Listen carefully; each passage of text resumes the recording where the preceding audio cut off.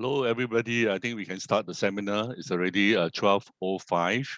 And my name is Tan Unser. Anyway, this seminar is not about me. So let me introduce the speaker for you today.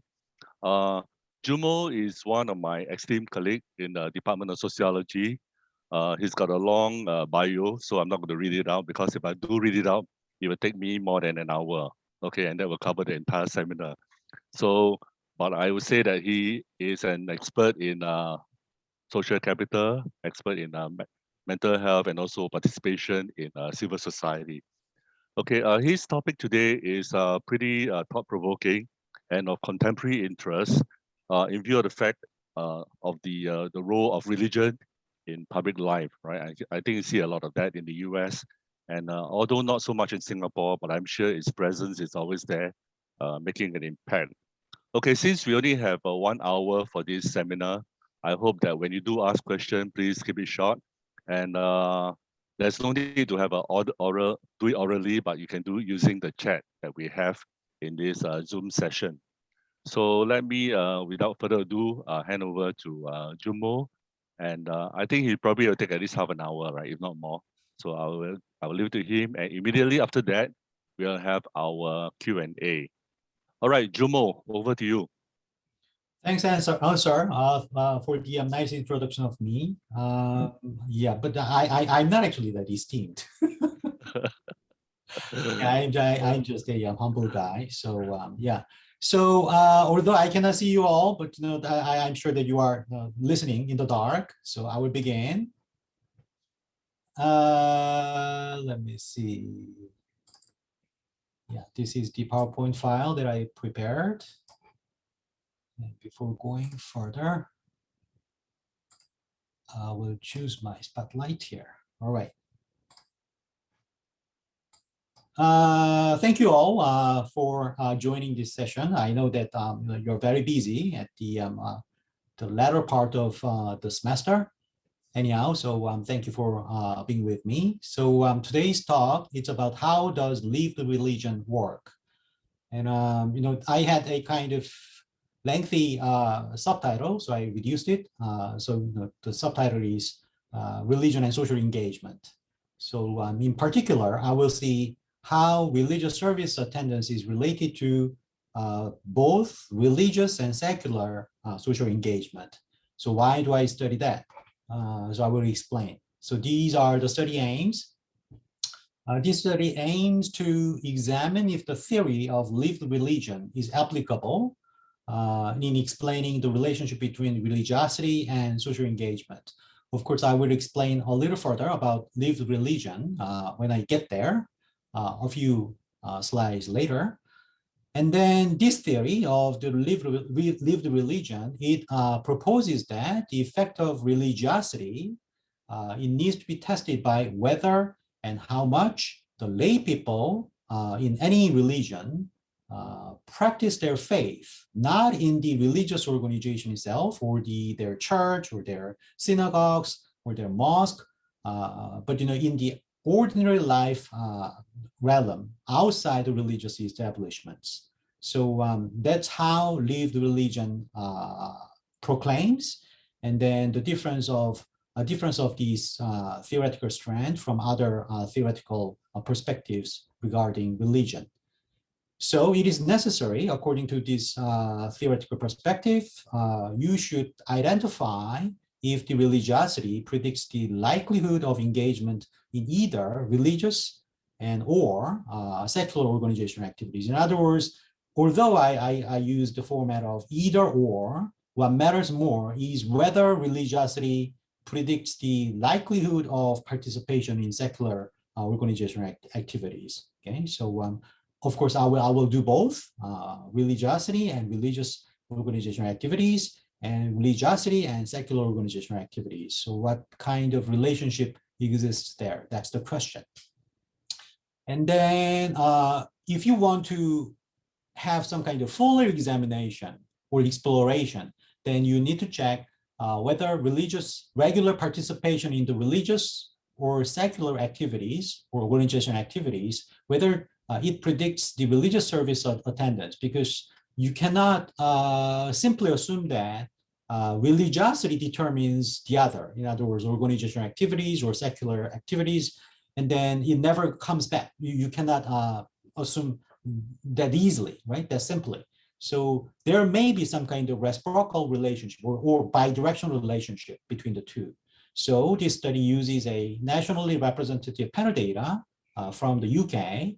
And then it's very helpful in identifying a reciprocal causal relationship between religious service attendance and religious and secular organizational activities.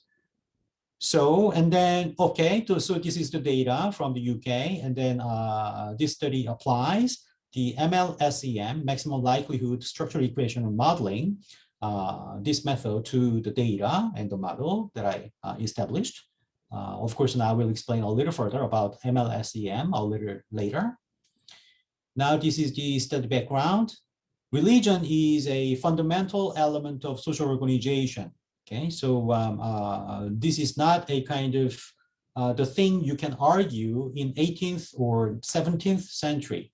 It still applies even nowadays in the 21st century. Okay, so it has been shown in some studies about the relationship between religion and social organization.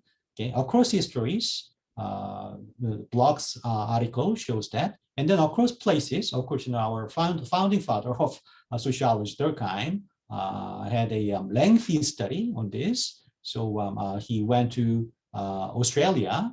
Of course, it was a kind of archival study. Of course, Durkheim didn't visit Australia for this study. However, when he conducted this very detailed study, he looked at how Aboriginal people in Australia performs their daily life based on their religious beliefs. Okay, so that's across the places part. And then, so it's premature to brush religion aside, considering that it's done. You never think of religion when you think of the social organization. What are you talking about? This is the modern era. So religion is not relevant to this modern era. Probably you may argue so, okay? So there has been a kind of really popular perspective of the secularization from probably 1970s, right? According to the secularization argument, religion has lost its ground in the modern society. And then we cannot forget that this secularization argument was actually accompanied with the development of the science and technology. So more and more development has been done by the scientists, and then they gave some kind of confirmation that, okay, religious beliefs, they are not relevant, okay? So just forget it, okay? So they were some anti-arguments against this first point that I raised. However, even Einstein himself wrote in one of his Nature article that science without religion is lame, religion without science is blind. So it's too early to determine whether religion is irrelevant or still relevant, okay, before seeing some rigorous examinational outcome between the two, okay. Now, so the ways human beings form social relations and construct collectivities, they are specifically related to the unique capacity of the religion, okay, to imagine the transcendental social. So religion, so the question is why religion is related to social organization. This is part of the answer. So religion gives you the capacity to think of or to imagine transcendental social. In other words, it's not only those who are around you, okay? So for instance, let's suppose that you have 10 persons around you, okay? However, you know that beyond those 10 persons, there are larger collective entities, including some communal organization, or some people say society, or some nation states, even international social organization or international society kind of things, okay? So, and you know the presence of them, okay? How? Because you have the capacity that, you can think of the transcendental social beyond the range of your observation. Okay. So due to the transcendent social, people can belong to larger groups, as I just depicted, like nation. Okay, because and then it's despite the fact that you actually do not know most of the people. For instance, there are other citizens in your country. However, it's not that you know all of them. You know that they are existing there, right? However, it doesn't mean that you know all of them. You just know a really very small fraction of the population. Still, you know that you belong to that grouping, which is named as a nation, like Singapore, the United States, or Japan. Okay, so this capacity distinguishes humans from the other anthropoids, because for other anthropoids, according to the findings from the relevant scholars, they are limited to the transactional social system. In other words, they just make the daily transaction between and among them, and then they cannot imagine beyond the range of the close contact. Okay, so they stick to the small group range without going further or outside the small group range. And this is the difference between anthropoids and human beings. All right. So religion provides, this is another aspect to the question related to how religion helps organize society. Okay. So religion provides shared meaning system, and due to which people can build small and large social association. This is what Maguire told in his book. And then these social associations may not solely be of religious, of course, but also of the having some secular characteristics as well. So when I say religion is organically related to social organization, that doesn't mean that it's all about religious congregations, right? So religion helps build up various social collectivities, okay, including secular social organizations. So this study explores if and how much religion can still realize its potential of the transcendental social. Okay, so I have two theoretical, how can I say, bearings in this empirical study. The first one is transcendent social, and it's related to the theoretical perspective of lived religion. Okay. Now we go to the second part of the study background. The theory of lived religion maintains that religion should be understood as its externalized social practices, not internalized social practices. So as I already mentioned, it focuses on what kind of things are done by the religious people outside the religious entities. Okay, so religious belief in matters to the extent that it's practiced in the daily life of a believer, not in the religious context. For instance, what you do on Sunday in your religious congregation does not matter to the scholars of the lived religion. What's more important for them is what those believers are doing in their daily activities, okay, outside the religious entities. So Maguire talking, this is Maguire talking, so I will read it off. Individual religious commitment is evidenced less by avowed commitment to and participation in the activities of religious organizations. Then, by the way, each person expresses and experiences his or her faith and practice in ordinary places and in everyday moments. Okay, so this is the core part. So, and this is the reason that I have to check whether religiosity measured by the religious service attendance is organically or systematically related to secular organizational activities in this study. Okay. And then in turn, I'm going back to the bidirectional part. It is possible that religious or secular organizational activities increase the chance of attending religious services. There can be various reasons for this. For instance, when you conduct some activities in the secular terrain, probably you met somebody along with you who are doing the same kind of activity, who was, for instance, religious, so that you were attracted by the person to the religious service. So there can be various pathways for you to be attracted into religious services. Of course, it's not very likely okay, if you are not religious, and then if you're just doing some secular organization activities, okay, but still there's some open chance. So you need to check and examine whether that works. And if you don't take this reverse causation into account, then it's too early to conclude that religion affects social engagement unilaterally. So there can be some bidirectional relationship between religion and social engagement. And examining a reciprocal association between religion and social engagement, it's very crucial in verifying the proposed causal association. So without looking at the other way around, from the engagement to religiosity, we cannot confidently say something about the religion's effect on social engagement. So this is the method part.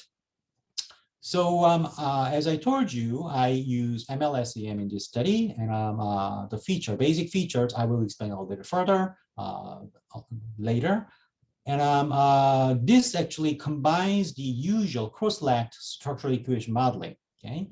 However, it uses the maximum likelihood method, and then it also uses the fixed effects model. So it's very rigorous.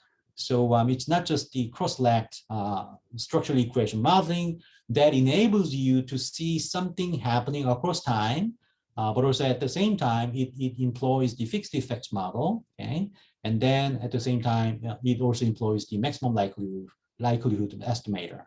And it was proposed by Ellison and Williams and Moro Benito himself in 2017 article in Socius. Okay, so it's actually meant to estimate the reciprocal effects between X and Y, whichever they are. Of course, they should be of your interest, right? And then using fixed effects model. So these are features I will explain now. So MLSEM estimates whether a time-varying predictor across time, of course, causes any changes within person changes in a time-varying outcome variable. Okay, so time-varying predictor and time-varying outcome measure, the estimate of the relationship is done by this the MLSEM. So it accounts for the effects of the lagged term of an outcome variable. For instance, let's suppose that your outcome measure now is the secular organizational activities.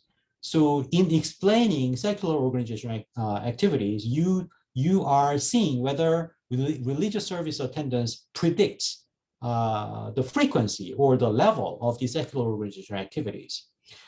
What you have to do to make it a kind of rigorous test is you need to be aware of the strong correlation between secular organizational activities in the previous time point and at the current time point.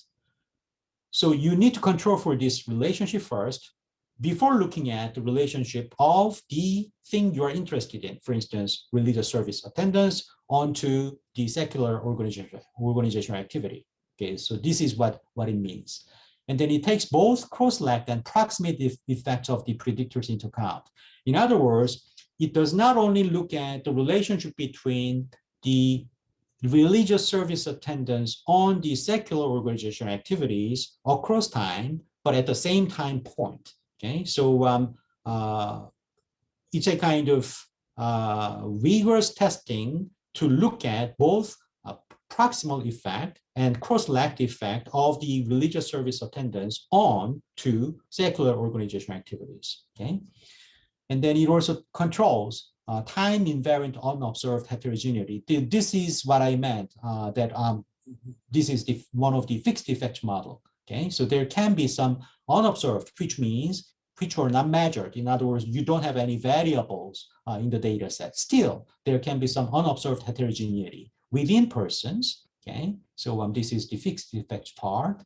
And then it lets time-varying predictor predetermined by the time-varying outcome. And it's called sequential exogeneity. So it sounds a little hard, but I can explain when I hit the framework part, I mean the figure. So what it means is that, for instance, when you predict secular organization activities by the religious service attendants, there is likelihood that your level of religious service attendance may have been predetermined by your level of secular organization activity in a prior time point. Okay, so if you don't account for this prior relationship between these two things, probably what you're reporting about the relationship between religious service attendance on the secular organization activities may be somewhat inflated. Okay, so to control for that, you need to assume the sequential exogeneity. And it considers bidirectional association, as I told you, between a main predictor and an outcome. So this is the equation. Do I have time to go further? Okay, so anyhow, so let me try. So this is, for instance, secular organization activities. And this is, for instance, religious service attendance. And this is the intercept term, okay? And this is the lagged term of the same thing. In other words, one time point before. So what's the relationship between secular organization activity at t-1, okay, previous time point, and what's the effect of that on to the same term? So that's the lag term. And this is the religious service attendance, the predictor, okay, at the time point where these secular organization activities were measured. Okay, so this is the same time point, so it's called proximal effect. And then this is previous time point. In other words, what's the effect of the religious service attendance in a prior time point onto the secular organization activities. So this is called cross-left term, cross-left effect. Once again, proximal effect and cross-left effect. And these are all about control measures, okay? Time-varying control measures at the same time point and in the previous wave. And then this is about time-invariant coefficients. For instance, age, gender, race, ethnicity kind of things are actually represented by this Z term, okay? And then this is the fixed effects term, alpha, here phi, okay? So I explained here, combined effects are all time invariant observed, unobserved variables. And these are, of course, error terms, okay? All right, so this is the framework of the MLSTM. Okay, so this is the fixed effects term, all right? And it predicts all the outcome variable.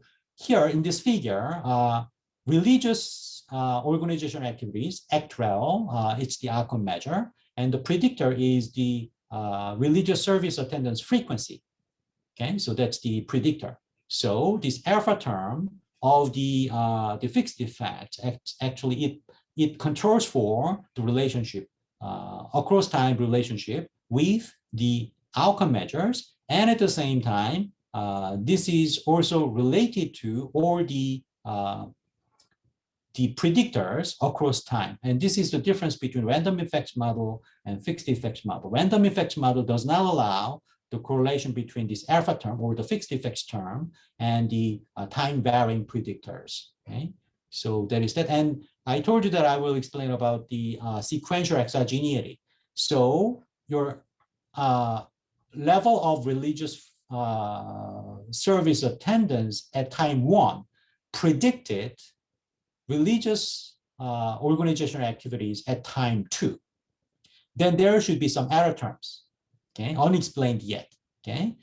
What the sequential exogeneity means is that before using religious service attendance frequency in predicting the religious organization activities at time 4, you allow the error terms of these religious organizational activities with the religious service attendance frequency at time 3, okay? So this is the sequential exogeneity. So after accounting for the relationship between ACTREL and REL-FRIC 3, now REL-FRIC 3 can be used in predicting ACTREL 4, okay? So that's the sequential exogeneity. It's not only for ACTREL 2 and REL-FRIC 3, but also it applies to REL-FRIC 4 as well, okay? So that is that. Now data, it's British Household Panel Survey. And then I used only the 5th, 7th, 9th, and 11th waves because in all these waves, the questions related to religious service attendance and religious and secular organizational engagement were asked. In other waves, these questions were missing. So these are the waves. And then it's annual survey, so they are all 2 years apart. And then to make up for the cross-wave missing values, this study employs the FIML estimator, full information maximum likelihood. So this is a kind of missing imputation method, okay, provided by MLSAM. Now, these are the measures. Endogenous variable, religious service attendance. I will read. How often, if at all, do you attend religious services or meetings? It goes from 1, never, or only at weddings, funerals, etc., to 4, once a week or more, okay? And religious organizational engagement. This is the question for both religious and secular organizational engagement. Whether you are a member or not, do you join in the activities of any of these organizations on a regular basis? And then this measure was specifically indicated by this one, religious group or a church organization. Do you participate in that type of organization on a regular basis? Yes or no, okay? And secular organizational engagement, the same question. However, there were various secular types of organizations like a political party, trade unions, environmental groups, parents and school association, PTA, tenants and residents groups, social and working men club, and women's club, and sports club, and voluntary service group. So you can go up to 15 types of the associations.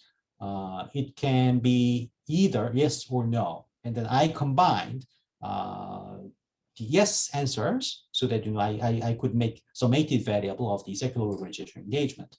Time varying exogenous variable, their education, income, employment status, marital status, and whether they had children under the age of 12. Okay, so these are the control measures of time varying characteristics. And this is the descriptive table. Okay, so this is endogenous variable. Okay, religious service attendance, it fluctuates across time. However, the fluctuation is not that large. Of course, the range is the same as I explained. Religious organizational engagement, there is some variation across time, but not that much. And then the range is 0 to 1. And then secular organizational engagement, it varies across time. And then the range is 0 to 7. I told you that it's up to 15 times. So there is no one who had memberships or the regular activities in 8 or more organizational entities in the secular terrain. And time varying exogenous variable, as I explained, the 5 of them. And then this is the time invariant exogenous variables. So demographic variables, age, gender, and race, ethnicity, and religious affiliations, being that, being in the UK, right? So the respondents could have the affiliation in Anglican Church or Catholic Church or other Christian and other. So the reference category is those of no religious affiliation. It's about 44%. So 44% of the respondents didn't have any religious affiliation. Okay, so they are the basic or the reference category in analysis. Now this is the first outcome: religion and religious organization engagement. Okay, so the model 1, it's about predicting religious service attendance, and model 2, it's about predicting the reciprocal effect onto religious organizational engagement. Okay, so now the first term here, religious service attendance at the previous time point, so that it's called lagged endogenous variable. Of course, it predicts the religious service attendance, the same term across time, very strongly. Okay, so now the job is whether you can see the significant association of your time varying predictor of your main research interest onto this outcome measure. Okay, so in this case, it's the religious organizational engagement. So it still carries strong cross-lagged effect across time onto religious service attendance. In other words, if you made regular activities in religious organizations, okay, in a previous time point, then you are more likely to attend religious service more frequently. That's what it means, cross-lag term. And then proximate term, religious organization engagement at the same time point. So for instance, if you are engaging in religious organization on a regular basis, then you are likely to attend the religious service attendance more frequently. So once again, what actually matters is this cross-lagged term. So controlling for this lagged association between the same term of the outcome variable, and then strong proximate effect of the predictor you are interested in. Can you see the cross-lagged effect across time of the religious organization engagement onto religious service attendance? The answer is yes. Okay, so there is cross-lagged association. And then model 2 now, religious organization engagement becomes the outcome variable. Of course, it has strong lagged effect between the same term across time. Apart from that, or controlling for that, you still see the effect of religious service attendance on religious organization engagement. In other words, if you attended religious service frequently, okay, then you are more likely to be involved in the religious organization on a regular basis. Of course, I assume that this religious service attendance at the church or at the mosque or at the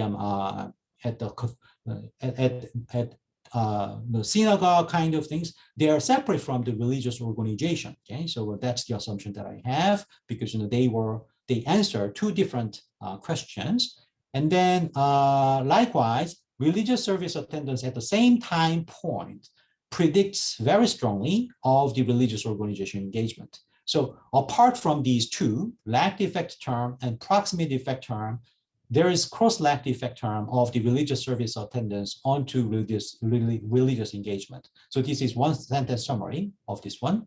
So reciprocity between religious service attendance and religious organization engagement identified. So once again, there is a reciprocal association between religious service attendance and religious organization engagement.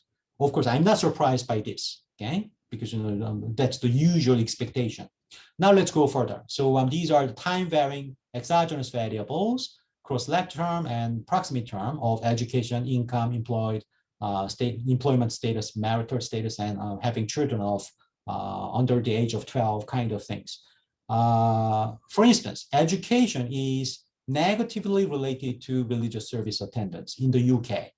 And we understand this, right? So educational level, it has negative association with that. However, marital status has positive association with the religious service attendance. However, these are at the proximate level. In other words, at the same time points, they are related to religious service attendance. However, there is no cross-lagged effect. So I just told you that education is negatively related to religious service attendance. However, you cannot definitely conclude that that's the conclusion. That's the definite outcome, because there's no cross-lagged effect between or across time, all right? And then for the religious organization engagement, what's found here is that marital status is having a cross-lagged effect onto religious organization engagement. In other words, if you are married at the prior time point, you are more likely to be involved in the religious organization on a regular basis. And then, for instance, this is the time invariant exogenous variables. For instance, females are more likely to attend religious service frequently. Non-whites are more likely to attend religious service more frequently, and or the religious affiliations like Anglican, Catholic, other Christian, and other types of religions, they are all having higher likelihood of the making frequent religious service attendance compared to non-religious people. So it makes sense, okay? So let's go over. This is the model fit index, R squared, pretty high, 0.78, 0.61, okay?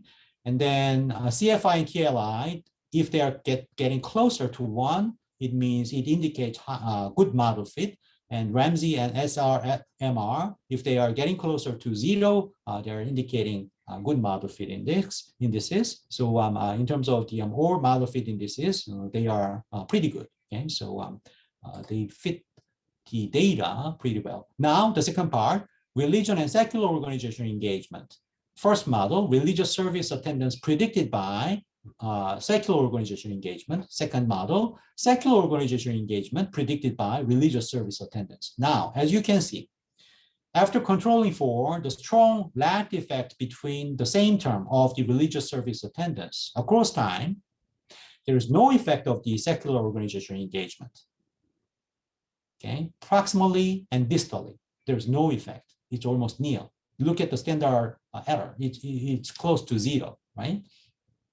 And secondly, however, after accounting for the strong lag effect of the secular organization engagement, okay, at the same time point, no, across time, across time and strong association of the same term, after accounting for that, what you see here is that religious service attendance has both proximity effect and cross-lag effect, okay? So in other words, if you attended religious service more frequently, then your likelihood of involving in any type of secular organization on a regular basis, okay, it increases across time and at the same time point.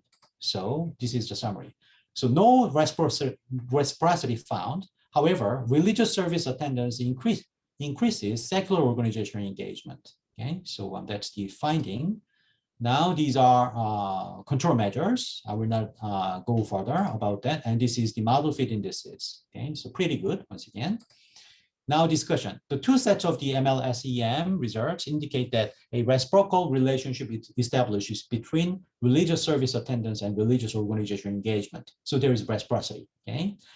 So it means that the more frequently people attended religious services in the past, the more likely they involved in religious organization activities on a regular basis at present. So likewise, if people joined recurrently the activities of religious group or church organization in the past, they are likely to attend religious service more frequently at present.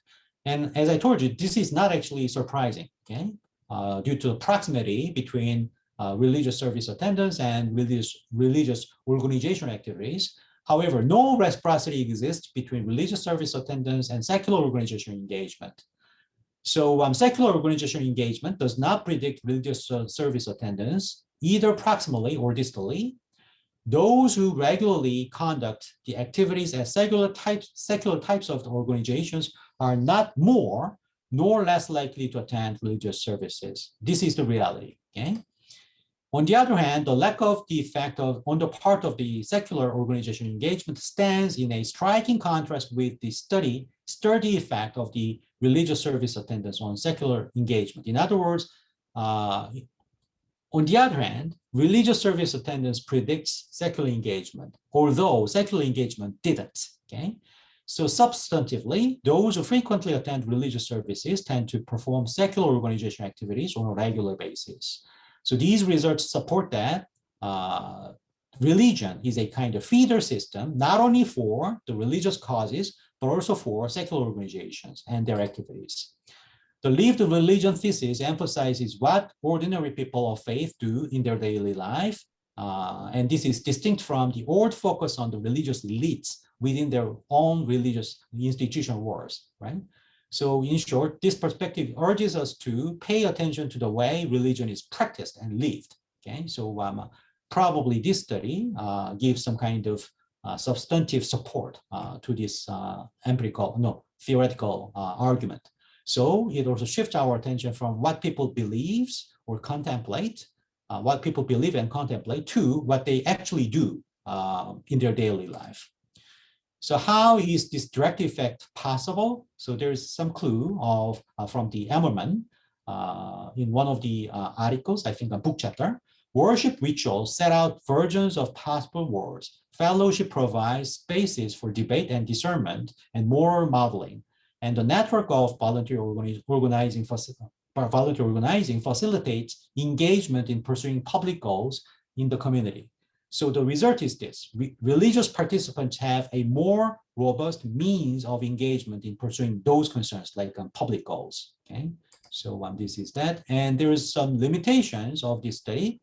Although there were up to 15 types of the secular organization engagement, however, in some organizational engagement, there was really little respondents answered positively. For instance, less than 2% of the respondents undertook the activities in scouts, professional or women's, environmental and pensioners organizations or political parties. And this is the reason that I couldn't go further into each type of the secular organization engagement.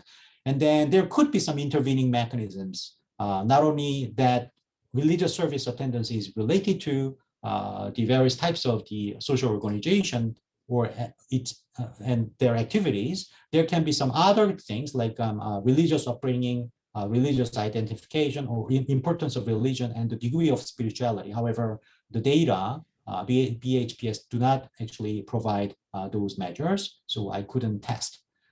And in conclusion, you all know these things, so I will not repeat. So the study identified an organic reciprocity between repeated exposure to religious services and relevant activities performed in the contiguous religious organizational domain. And not only that, although there's no reciprocity of that kind between religious service attendance and secular organizational activities, religious service attendance predicts regular engagement in the activities of secular organizations across time.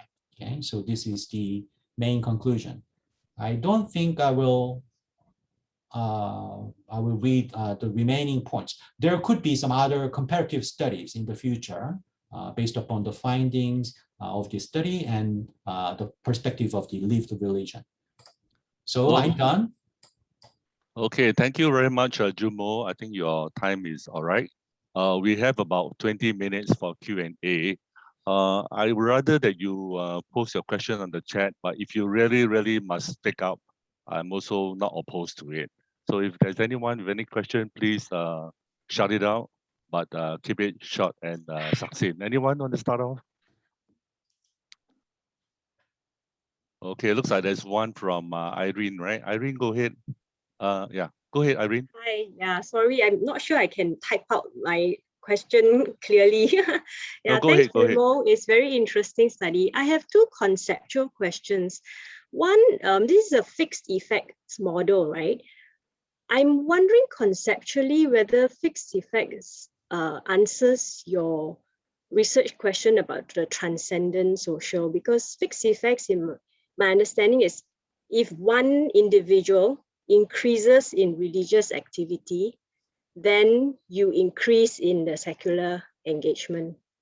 But might your question be more a difference between people? So for example, between effects kind of model, that someone who engages more compared to someone who doesn't engage more is different in terms of the secular engagement. Yeah, so that's my first conceptual question. The second conceptual question is your first research finding, which is the how closely related some religious attendance is with religious engagement. It feels to me, in particular, because of the way the question is asked about religious engagement, that the two are measuring the same thing. I know you said that your assumption is different, but it feels like because the way the question is asked is just engagement generally, which could include the attendance, itself. Yeah. Okay. So about the fixed effects model, there can be two things going on, as Irene just mentioned. So there can be variation between people, and there can be another type of variation within people. Okay, so a fixed effects model that actually tracks down the changes happening within people, within the same person. Okay, and the reason for doing so is that the statisticians and social scientists were concerned about the inflated estimates due to that we are looking at between people differences. Okay, so when you look at the between people differences, for instance, one attends religious service regularly and the other does not, and then you can also predict between these two persons about their engagement in secular organizational activities, right? So there can be some between people association. However, the problem here is that there may be no change of the status. In other words, this person regularly attends, and the other person never goes to religious entities, right? And then, of course, due to the differences between these two persons, the estimate you may have in predicting secular organization engagement may be, for instance, large, okay? However, it doesn't mean that there is some significant systematic change across time due to these between people differences. What really may matter is that whether a person changed the level of religious service attendance across time, whether it is related to the level of secular organizational engagement across time, okay? So some people argue that that's the real causality rather than looking at just between people differences across time. Okay, so that is the answer that I can have, and then probably you open the question by mentioning transcendent or social, and I think I'm testing it because what's changed in the person across time gives the statistical power in explaining the changes of the social engagement, okay? So then where does the power come from? That's from the increased level of or decreased level of religious service attendance, or in the opposite sense, increased or decreased level of secular organizational activities across time within the same person. Okay, so I think to test it, I think a fixed effect model is relevant, I believe. And second thing, yeah, I understand. So given the question wording, probably some people may have thought that, oh, okay, when I was asked whether you are on a regular basis do some activities in religious organization, then probably may include my church or synagogue or mosque or temple. Okay, so I cannot fully separate between these two things going on in the same question. However, the way the question was raised about is that it's about religious organization. Probably it may not just the religious entities or congregations themselves. They may include other things. So its connotation is larger than the religious service attendance, whether you go to the congregation regularly. Okay, so that was a question. However, the other thing is whether you do some regular activities in and through some religious organization, which includes other types of, for instance, charity organization, all right, or some associations that have religious bearing, like, for instance, I forgot the name. Anyhow, so there are some volunteer associations starting from the religious organization. However, it does not belong there. All right. Still, when they answer the questionnaire, probably they may think of those types of volunteer associations as the religious organization, apart from the religious congregation they belong to. I'm not sure whether I answered to your satisfaction. Thanks, Joonmo, for a very detailed answer, right? Irene, any more? Otherwise, another question? Well, Joonmo, can I say that Yeah. because you use fixed effects models, right, and therefore that's the reason why your R squared is pretty high, right? Am I correct? It explains a lot more. No, it's not related to the fixed effects model per se. Okay. The reason that I'm seeing pretty high R squared in those models, I believe that it's related to that I'm employing the lagged variable of the same outcome variable in the model. So for instance, it's that religious service attendance at time 1, it's predicting the same term, religious service attendance at time 2. Okay. Of course, there should be some strong correlation between these two, right? Yeah. Okay, great. Thank you. Anyone else? Burning questions? I noticed that your data set is basically on the UK, isn't it? And the religions that you talk about, I mean, that's involved, right? Like religion of the book, isn't it? So you get your Christianity, Anglican. Did you Yeah. include also like Jewish and? Yeah, there are other categories. Yeah. Right. I'm just wondering that if you include other religion, let's say you apply this model to Singapore, right? It might be hard to think of religious attendance as necessarily a sign of religiosity. I mean, indicator of religiosity, because I see. some of these religion don't actually go they don't have regular services. Right. Yeah. Yeah, that's the difficulty, right? So okay. yeah. Yeah, that's thanks. I think Eric, you have a question, right? Am I correct? Somebody typed something. Yeah, is it for Eric? Okay, Not Eric really has a question. Not really a question, just a comment that it would be kind of, I mean, since this is the UK, presumably this is basically largely Christians, right? And UK Christians. So it'd be interesting to do in a place like Singapore where you've got a lot of religious diversity and see if there's like, you know, across Muslim and Buddhist and other communities, if you would get, you know, differences. But of course, always that means you need a big data set like this. So right. that's the limitation. That's all, just that comment. It's kind of like what Ernst was saying. Thanks. And then relating your comment to what Answer just said, probably I wouldn't be concerned about the Muslims because, you know, they for instance, you know, encourage and emphasize the regular attendance to the services. But the problem probably may be related to, for instance, Buddhists. Because, you know, regular attendance is not actually that stressed, right? Yep.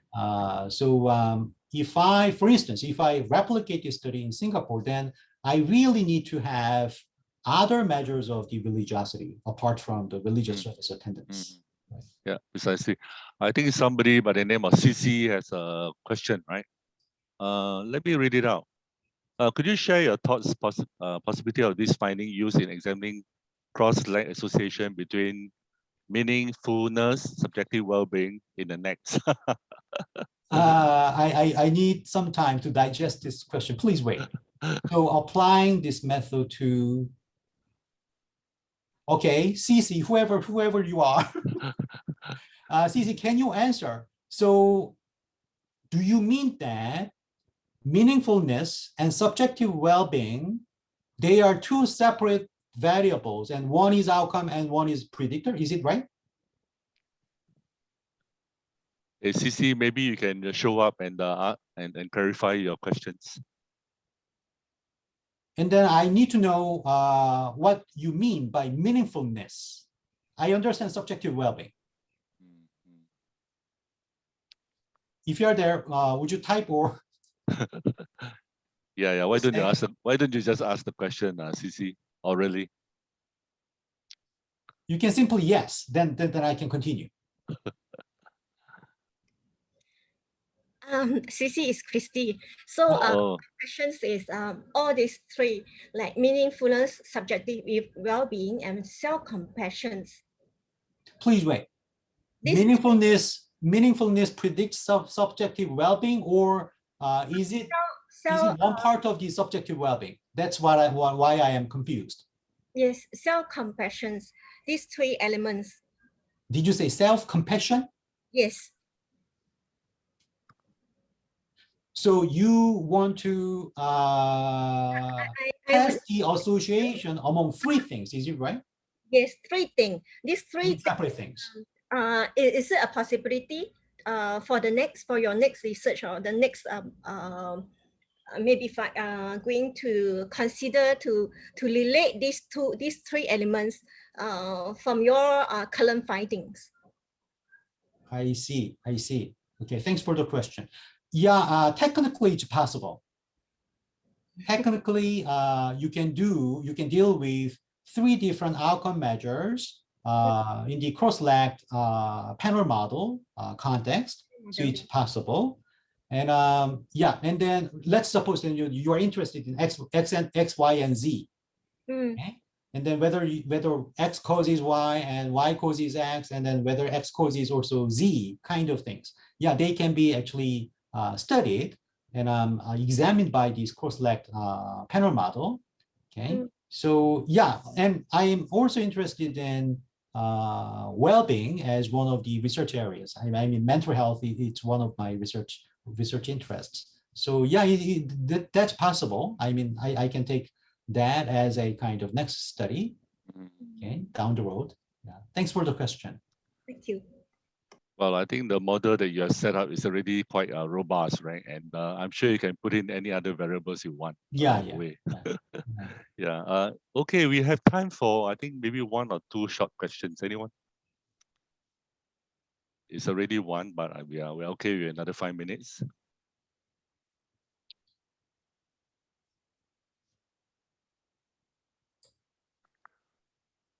Okay, Joonmo, let me ask you, right? How long do you take to develop this structural equation model? I mean, how long? What? How long do you take to develop this model? No. It's not me who developed. I just use one of the models, and there are various other models out there. So okay. So sorry, can I ask something about the sequential exogenous method, Joonmo? When you shared the slide, right? Yeah. The time point 1 of the X, let's say, predicts time point 2 of Y, which then goes into time point 3 of X again, and then up. So the time point 2 of X seems to be skipped. That means the proximate measure to Y. This one. So doesn't go into the. Can you tell sequence. me again? Yeah. So sorry. Yeah, I'm like so. It seems like your bottom variable, right? Reciprocal. Yeah. Yeah, that's right. You were explaining that, say, time point 1, right, goes into time point 2 of the one up there, which then the error term goes into time point 3 of the one at the bottom. So then the number 2 of the bottom variable, does it go into there? Does it go into the error term for prediction? So yeah, that's a good question. So time 1 measures the predictors, including the lag term of the same actual. So actual 1 and Reciprocal 1, they predicted actual 2. Yeah. And as I told you, this model allows us to employ the proximal effect of the predictor variable, Reciprocal 2. So Reciprocal 2 also predicted actual 2. Okay. And then the error term was generated. Okay. Right? And then it's related to the Reciprocal 3 at the next time point and Reciprocal 4 at the next time point. And not only that, the error term, after predicting actual 3, the error term is also related to the predictor variable of Reciprocal 4 at the next time point. Okay, got it. Yeah, just that when you explained earlier, I think the number 2, the approximate, I didn't mention that, so I wasn't sure. Yeah, I didn't mention it, right. Okay, thanks. Right. Thanks.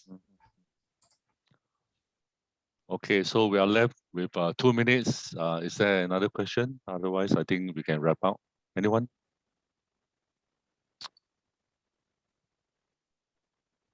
Okay, it looks like we are more or less done.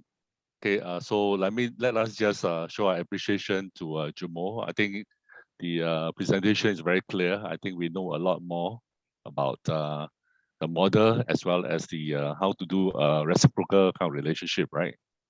Yeah, I'm sure we all learned something from it. Thank you very much. Thank you.